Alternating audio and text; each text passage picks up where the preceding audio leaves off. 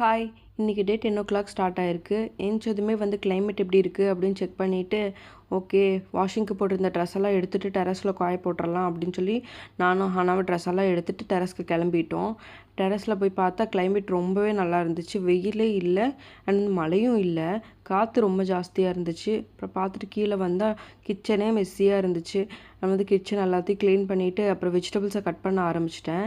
ஏன்னா இப்படி கட் பண்ணி வச்சோம்னா தான் நெக்ஸ்ட் டைம் குக் பண்ணும்போது ரொம்பவே ஈஸியாக இருக்கும். கட் பண்ணிட்டு நிற்கிறதுக்கு டைம் இருக்காது ஹானா வச்சுட்டு. அண்ட் கட் பண்ணி முடிச்சதுக்கப்புறம் லஞ்ச் ப்ரிப்பேர் பண்ணலான்னு சொல்லிட்டு லெமன் ரைஸ் பிளான் பண்ணி லெமனில் பிழிஞ்சு வச்சுட்டு எடுத்து லெமன் ரைஸ் குக் பண்ண ஸ்டார்ட் பண்ணியாச்சு. எப்போயுமே லெமன் ரைஸ் செய்யும் போது ரொம்பவே ஆயிலாக இருக்கும். அண்ட் சாதம் ஒட்டாமல் வரணும் அப்படின்னு சொல்லிட்டு ரொம்ப ஆயில் ஊற்றுவாங்க போல்.